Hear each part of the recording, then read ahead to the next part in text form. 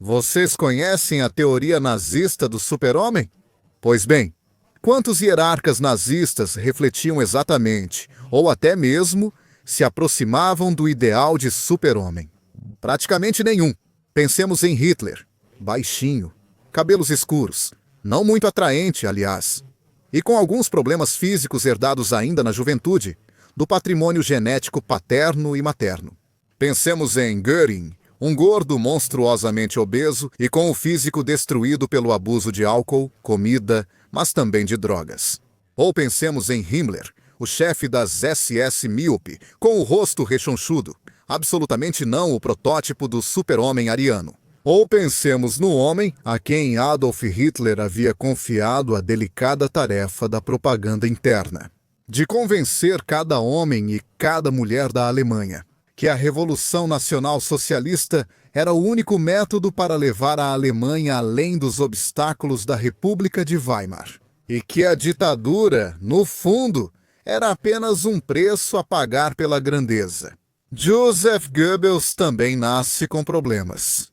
Ele tem pé equino, o que significa que a planta do pé não está exatamente a 90 graus em relação aos ossos da perna. Tende a apoiar-se mais na parte frontal do pé, como os cavalos, que apoiam a pata na parte frontal do casco. E este problema que se agrava cada vez mais com o passar dos anos, mas também com uma doença, a osteomielite, que o impede de participar da Grande Guerra. Ser inscrito nas listas de recrutas o fará mancar cada vez mais visivelmente pelo resto de sua vida, ao ponto, de vez em quando, de ter que se apoiar em muletas ou em bastões. Portanto, não se pode dizer que nem mesmo Joseph Goebbels poderia ser o protótipo do super-homem germânico. No entanto, este jovem, nascido em 1897 na atual Renânia, tornou-se um dos colaboradores mais próximos de Hitler, depois de ter sido um dos críticos mais ferozes. No início, ele se tornou famoso principalmente por uma frase atribuída a ele. Repita 1, 2, 5, 10, 100, 1000 vezes uma mentira, e essa mentira se tornará verdade. Quer ele tenha dito ou não tenha dito. A filosofia de Goebbels sempre foi essa: contar a sua versão, repeti-la ao infinito, até que o seu ouvinte esteja perfeitamente convencido. Mesmo que seja uma mentira, não importa. Goebbels fez carreira principalmente no pós-guerra. Passou o período da Grande Guerra estudando no ginásio e no colégio. Enquanto outros líderes, futuros líderes do Partido Nazista, como Hitler, Göring, mas também Rudolf Hess, lutam nos campos de batalha. Ele, na escola, aquele pé equino não lhe permitiu se alistar. E quando a Alemanha Imperial desmorona com a Revolução de Novembro de 1918, com a proclamação dos primeiros sovietes, a República Comunista da Baviera, que é sufocada em sangue. Entre os corpos, os alemães armados que voltaram para casa da frente de batalha, que não abandonam o uniforme, mas sim massacram seus próprios concidadãos que abraçaram o comunismo. Neste período de enorme confusão, o jovem Joseph Goebbels se refugia na política. E é uma política precisa, uma escolha precisa, a dele, a do nacionalismo. Um nacionalismo intenso que o impulsiona, desculpe o jogo de palavras, a ouvir os discursos dos oradores mais fervorosos nestes comícios. Ele conhece pessoas muito importantes. Um desses é Erich Ludendorff, um nome famoso. Erich Ludendorff é um dos grandes generais imperiais que manteve intacta sua reputação, apesar de algumas derrotas. Ludendorff, junto com Paul von Hindenburg, é considerado pelos alemães como uma espécie de mito vivo. E especialmente Ludendorff. Ele quer fazer política, quer ter um papel na Alemanha de Weimar, na república que tomou o lugar do império. Outros novos amigos que o jovem Joseph Goebbels faz são Julius Streicher, outro apaixonado orador de cunho nacionalista, e os irmãos Strasser. Todas pessoas que gravitam em torno de um minúsculo partido nascido na Baviera. O Partido dos Trabalhadores Alemães. O Partido dos Trabalhadores Alemães, que em pouco tempo se torna o Partido dos Trabalhadores Alemães, o Partido Nacional Socialista dos Trabalhadores Alemães. Mas se o núcleo do Partido Nazista está em Munique, na Baviera, Joseph Goebbels, juntamente com Georg Strasser, prefere trabalhar em Berlim. Uma cidade grande, uma metrópole com problemas talvez ainda mais pesados em comparação aos de Munique. Berlim é uma cidade extremamente cosmopolita. Dentro dela fervilham tanto as aspirações da velha nobreza, que gostaria de restaurar os privilégios de outrora, quanto as aspirações das classes sociais mais baixas, mais modestas, de operários que inicialmente olham com simpatia para a Revolução Soviética. E então há a burguesia, a pequena burguesia, a média burguesia. Pois bem, Berlim é uma cidade, como se costuma dizer, muito complexa. E é aqui que Goebbels começa a fazer política, escrevendo em jornais, porque Goebbels, inicialmente é jornalista, se ocupa principalmente de política. E ele faz isso das páginas de um jornal, um semanário. Exatamente o Völkische Freiheit, que tem uma impressão inicialmente liberal e depois fortemente conservadora. Mas as simpatias nacionalistas do jovem Goebbels são demais até para a redação do Völkische Freiheit, que depois de um tempo o demite. Isso porque Goebbels começa a escrever artigos sobre os fundos do Elsevier, onde diz: "Nós alemães não somos nada, a Alemanha é tudo." Parece quase ouvir as notas do hino alemão Deutschland, über alles in der Welt, a Alemanha, acima de tudo no mundo. Há esse desejo de redenção, mas talvez ainda pior, o que ele chamaria de revanchismo, o desejo de se vingar. Uma revanche contra os franceses que derrotaram, juntamente com os ingleses e americanos, a Alemanha Imperial. Franceses que impuseram reparações de guerra exorbitantes, com a economia indo por água abaixo. Franceses que ocupam a Ruhr, a zona industrial alemã a oeste, para ter garantias sobre os pagamentos dos danos de guerra. Naquele período, enquanto em Munique acontece o putsch da cervejaria. E já falamos sobre isso. Goebbels tem uma abordagem completamente diferente. Uma abordagem, poderíamos dizer, quase progressista dentro do partido nazista. É a ala mais radical, a revolucionária, a quase proletária, que é encarnada por Georg Strasser e que olha com simpatia para o capitão de infantaria, Ernst Römer, que se tornou o fundador das Sturmabteilung e o agitador principal das revoltas de rua. Enquanto Hitler está na prisão, condenado à prisão de Fortaleza pelo putsch da cervejaria, Goebbels escreve para vários delegados do partido nazista e pede que Hitler seja marginalizado. Por outro lado, os primeiros resultados eleitorais do partido nazista são extremamente modestos. Apenas 9 deputados. Pouco, muito pouco. A escolha de apoiar Erich Ludendorff na corrida à presidência da República de Weimar é desastrosa. Hindenburg, o velho amigo rival de Ludendorff, ganha as eleições de lavada e se torna presidente do Reich. Ludendorff perde e também perde a face. Após sair da prisão, Hitler descarta publicamente a ideia, definindo-a como um desastre político e mais. Hitler, ao sair da prisão, também decide acertar as contas com aquele jovem que, em Berlim, gostaria de vê-lo fora do partido. Por outro lado, Goebbels é um manipulador, tem bons relacionamentos com a imprensa, sabe como se mover no mundo da comunicação. Mas, em relação a Hitler, ele inicialmente sente uma sensação de inferioridade. Também porque Hitler, nesse meio tempo, montou uma assessoria de imprensa. Nada mal para ser o líder de um partido ainda bastante pequeno. Atrás de Hitler está um publicitário e editor de primeira linha, como Ernst Aufstengel. E entre Aufstengel e Goebbels começa uma pequena rivalidade. Uma pequena rivalidade feita de posições políticas, ideias, propostas, campanhas eleitorais. Aquela armada por Goebbels, a partir de 1929, como campanha para a escalada ao poder de maneira democrática, convence Hitler. Os resultados começam a aparecer. Eleição após eleição, o partido nazista adquire cadeiras. Não apenas Goebbels teve a confiança de Hitler. Para um papel muito delicado, o de Gauleiter de Berlim. O que significa Gauleiter? É o responsável por uma região. Depois, durante a ditadura, se tornará basicamente o substituto do prefeito. O Gauleiter cuida da seção do partido nazista em um Gau, ou seja, uma região ou província. Pois bem, a Goebbels é dada a responsabilidade de Berlim, aquela cidade cosmopolita tão problemática. Uma cidade que Hitler gostaria de conquistar, eleitoralmente falando, apesar de considerá-la uma cidade vermelha, ou seja, cheia de socialistas e comunistas, seus adversários ferrenhos não apenas nas urnas, mas também nas ruas.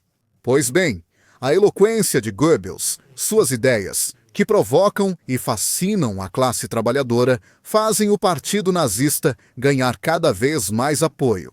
Tanto que o Partido Nacional Socialista dos Trabalhadores Alemães adquire votos, muitos votos, em Berlim cada vez mais, até chegar ao limiar dos anos 30, quando o Partido Nacional Socialista dos Trabalhadores Alemães já está quase maduro para governar. Tem uma bela fatia do parlamento do Reichstag.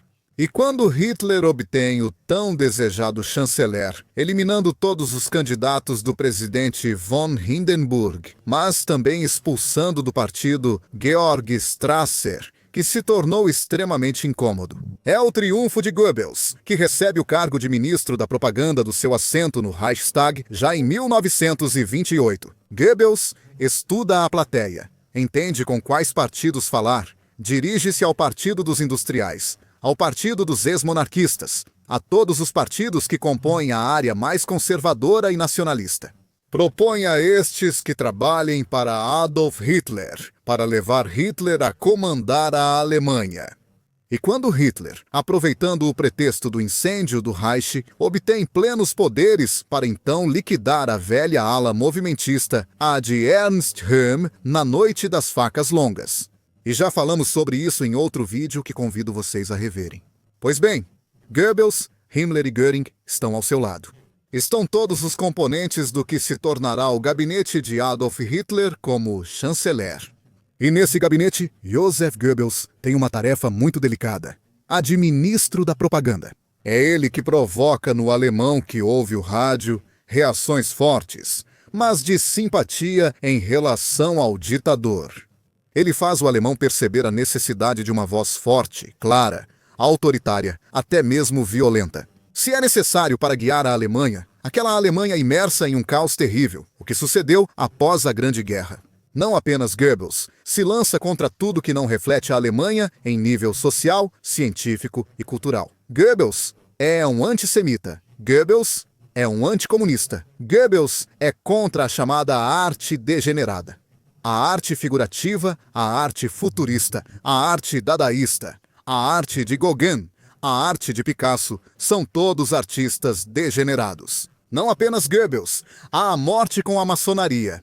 Ele faz de tudo para que Himmler inclua um departamento dentro da recém-criada Gestapo que persegue os maçons, que são considerados inimigos terríveis para o novo Estado ditatorial. Porque eles não se curvam à voz única. Em suma, Joseph Goebbels se torna um homem por trás de Hitler. Aquele que sussurra em seu ouvido as ideias para as novas campanhas de imprensa e aquele que recebe suas confidências e as direciona para o megafone da propaganda. E quando a guerra estoura, no 1º de setembro de 1939, Goebbels se torna o homem do microfone. O homem que gerencia toda a comunicação do Reich, concentrando toda a pesquisa em um único objetivo: a vitória definitiva. Por quê? Para obter o que Hitler chama de espaço vital, o que a Alemanha precisa para prosperar. Aquele futuro brilhante que já havia sido prefigurado em Mein Kampf, escrito na prisão por Hitler, e que se torna uma espécie de manifesto constante da ditadura. Para realizar isso, Goebbels não economiza, já que detém poder quase absoluto sobre todos os meios de comunicação. Ele não só é extremamente brilhante porque reconhece o talento dos atores de cinema, diretores como Riefenstahl, mas não só isso, também de locutores de rádio que vêm do exterior. É o caso de William Joyce. Lord Hoho, o Sr. Sgignas, um traidor inglês que, fascinado pela ideia do nazismo, mudou-se para a Alemanha e se colocou a serviço da ditadura nazista. Lord Hoho é um dos âncoras principais dos programas de rádio das redes do Reich. Mas Goebbels não se contenta com isso. Goebbels tem voz ativa em todas as questões. Goebbels é um homem extremamente temido dentro do Terceiro Reich. Tanto é verdade que quando os oficiais da Wehrmacht, que querem se rebelar contra Hitler, começam a planejar o assassinato do ditador, eles o incluem na lista de personalidades a serem mortas, ou, em caso de impossibilidade de assassinato, para serem presas e encarceradas para o resto da vida. Joseph Goebbels não está presente na reunião de 20 de julho de 1944 em Rastenburg, na Wolfschanze. Quando o coronel Conde von Stauffenberg detona sua maleta com aquele explosivo plástico, Ele não estava lá. Goebbels era a Berlim, em sua residência, mas é um dos primeiros a entrar em contato com a Toca do Lobo, para entender que Hitler está vivo. E é Goebbels que, quando o comandante do batalhão Grossdeutschland, o Major Otto Hemmer, vai prendê-lo por ordem de von Stauffenberg, é Goebbels que vira a mesa. Ele faz Hemmer falar com Hitler ao telefone, o convence, faz ele entender que Hitler está vivo e que a conspiração não é da SS, mas dos oficiais da Wehrmacht. Ele é persuasivo, extremamente persuasivo. E ele tem outra qualidade que Hitler gosta cada vez mais, especialmente após 20 de julho de 44. Ele é fiel, enquanto Goering começa a pensar em si mesmo, em sua própria pele, nas riquezas que acumulou fazendo pilhagens pela Europa, procurando maneiras de derrubar Bormann do governo e assumir o controle do Reich. Enquanto Himmler, nos últimos dias de guerra, tenta de todas as maneiras convencer o conde sueco Bernadotte a iniciar discussões de paz com os aliados. Goebbels está ao lado de Hitler. Ele está com ele no Führerbunker, sob a chancelaria, em Berlim, e no bunker ele trouxe a esposa e os filhos. Porque ele acredita que ainda pode haver esperança para o Terceiro Reich. É ele que, ao receber a notícia da morte de Franklin Delano Roosevelt, uma morte que inevitavelmente ocorreria, pois o presidente dos Estados Unidos ainda carregava os sinais da poliomielite. É ele que vai radiante até Hitler, para dizer a ele: meu Führer, a czarina está morta. Lembrando o que aconteceu com Frederico II na Prússia, em sua guerra contra o czar. E ao fato de que a morte da esposa do czar, a czarina, que odiava a Prússia, virou a mesa. Goebbels, trancado no bunker, lê todas as noites as memórias de Frederico II para Hitler, que fica fascinado. De certa forma, podemos dizer que ele também fica parcialmente subjugado. Está convencido de que algo vai acontecer, algo milagroso. E como Hitler, Goebbels também está convencido da existência e da iminência da chegada das Wunderwaffe, as armas prodigiosas prometidas por Hitler em um discurso feito ao exército em fevereiro de 1943 em Zaporizhia, e que após 2 anos, no entanto, ainda não são vistas. Foram vistas muito poucas para realmente mudar o rumo da guerra. Goebbels permanece no bunker até o fim. Göring fugiu, Himmler fugiu. Muitos outros tentaram fugir, como Feiglin, o marido da irmã de Eva Braun, perseguido em Charlottenburg, trazido de volta e fuzilado. Goebbels nunca pensou em fugir. Goebbels permanece. Permanece, mesmo depois que na tarde de 30 de abril de 1945, Hitler tirou a própria vida, e antes matou sua amante e recém-esposa, Eva Braun. Mesmo que no testamento político de Adolf Hitler, o sucessor nomeado seja essencialmente o grande almirante Karl Dönitz, Goebbels teria um papel ainda no que resta do Terceiro Reich, mas ele recusa. Na noite de 1º de maio de 1945, às 20 horas, Joseph Goebbels decide encerrar sua existência. Não sozinho, ele segue o exemplo de seu Führer. Ele já havia convencido sua esposa a fazer uma limpeza completa. Ele pede ao médico das SS, Helmut Kunz, frascos de morfina para narcotizar seus filhos, que foram colocados para dormir. Então, o casal Goebbels mata seus filhos, quebrando cápsulas de cianureto em suas bocas. Finalmente, Joseph Goebbels, o homem com pé equino, o homem que mancava, o homem que era tudo, exceto o super-homem germânico, o homem que gritava no microfone, o homem que sussurrava no ouvido de Hitler, o homem que repetia as mentiras. 110.000 vezes para convencer o ouvinte de que era a realidade. Joseph Goebbels atira na esposa e depois aponta o revólver para si mesmo. Como seu ditador, ele também deu ordens para a cremação dos corpos. Ele não quer que os soviéticos, agora muito próximos ao chanceler ou ao que resta do chanceler, possam exibir os cadáveres, como aconteceu alguns dias antes em Milão pelos partidários. Para Mussolini e Claretta Petacci, ele quer que não reste rastro. De qualquer forma, O Reich dos 1000 anos deveria durar 1000 anos, mas caso contrário, deveria se autodestruir, como Hitler havia ordenado a Albert Speer. Outro em quem Hitler havia depositado confiança, mas que no final decidiu seguir seu próprio caminho. Para não destruir tudo, para não transformar a Alemanha em um campo de cinzas. Os corpos de Joseph Goebbels, de sua esposa e de seus filhos são queimados no pátio do chanceler. Mas não são queimados o suficiente, eles se carbonizam. É difícil. Para reconhecer a identidade, são necessários os registros ortodônticos para tentar rastrear a identidade desses corpos completamente queimados.